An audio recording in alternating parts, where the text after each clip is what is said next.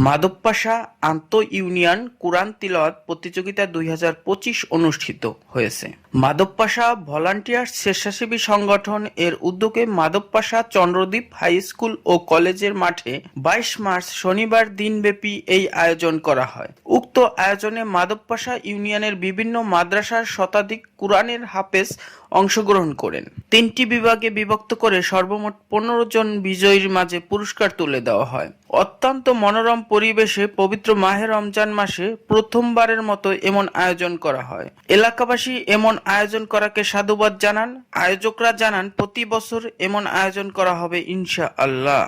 কুরআন তিলাওয়াতের প্রতিযোগিতায় বিজয়ী ও বিচারকদের মাঝে পুরস্কার বিতরণ করেন মাধবপাশা ভলান্টিয়ার স্বেচ্ছাসেবী সংগঠন এর উপদেষ্টা ও স্বেচ্ছাসেবক। উক্ত অনুষ্ঠানে স্বতঃস্ফূর্তভাবে অংশ নেন বিভিন্ন শ্রেণীর পেশার মানুষ। এমন আয়োজন যুব সমাজের পরিবর্তন ও সাফল্য মণ্ডিত করবে বলে মনে করেন বিচারকে নিযুক্ত থাকা বিভিন্ন শিক্ষা প্রতিষ্ঠানের শিক্ষকরা।